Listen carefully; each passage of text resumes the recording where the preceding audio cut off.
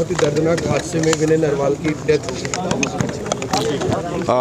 मित्रों, बहुत ही ये दुख, असहनीय दुख की बात है कि हमारा एक बहुत नौजवान होनहार देश का सैनिक लेफ्टिनेंट विनय नरवाल आतंकवादियों का शिकार हो गया, शहीद हो गया। जी सर। उनके परिवार के लोगों को मिलने का लिए मैं आज आया हूँ। स्वाभाविक है, हम सबको जब इतना कष्ट है, दुख है, मन में पीड़ा है, परिवार के लोगों को होना स्वाभाविक है। परिवार ने बहुत ही एक प्रकार से बड़े अरमान होते हैं कि बेटे को पाल पोस करके और एक अच्छे मुकाम पर उसको पहुंचाया है।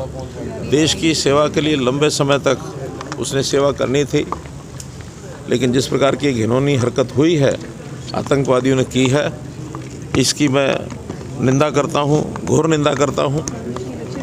और साथ ही और जो 25 लोग उनके साथ मारे गए हैं, एक नागरिक नेपाल के भी हैं।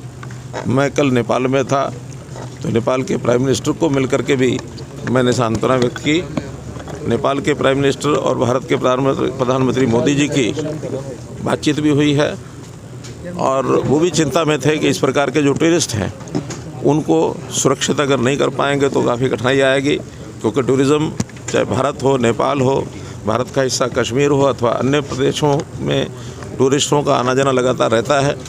कल मैं नेपाल में था तो वहाँ भी बड़ी संख्या में जो इधर से धार्मिक यात्रा पर और टूरिज़्म पर भारत के लोग जाते हैं, उनसे भी मिलना हुआ था। ये घटना हम सब के लिए चिंता की बात है।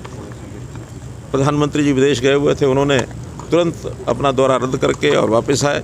कल दिन भर बैठकें चली, आपसी बातचीत हुई और कल कैबिनेट की जो सिक्योरिटी कमेटी है, कैबिनेट कमेटी ऑन सिक्योरिटी, उनकी मीटिंग हुई है। और जो पाकिस्तान के ख़िलाफ़ जिस प्रकार के वहाँ कदम उठाए गए हैं हमारे एक्सटर्नल अफेयर मिनिस्ट्री ने, बहुत सख्त कदम हैं, इनको कोई बहुत हल्के से न ले। पाकिस्तान के हाई कमीशन को यहाँ से खाली करने के लिए कह दिया गया है। हमारे जो उच्चायोग पाकिस्तान में था उनको वापस बुला लिया गया है। अटारी बॉर्डर उसको बंद कर दिया गया है। किसी भी पाकिस्तानी नागरिक को कोई वीज़ा नहीं दिया जाएगा। जो पहले से वीज़ा पर यहाँ आए हुए हैं उनको भी 1 मई से पहले यहाँ से जाने के लिए कह दिया गया है। और सबसे बड़ा जो एक विषय है, जो वर्षों से जिसका लाभ पाकिस्तान उठाता था, वो सिंधु जल समझौता, उसको अब एबियंस में रख दिया गया है। और अब कम से कम पाकिस्तान इसको हल्के में न ले। और अगर पाकिस्तान ने अभी भी इस प्रकार की कोई गतिविधि का कोई संकेत दिया तो फिर पाकिस्तान का मैं समझता हूँ उसको भारी एक नुकसान, ऐसा भारी खामियाजा भुगतना पड़ेगा।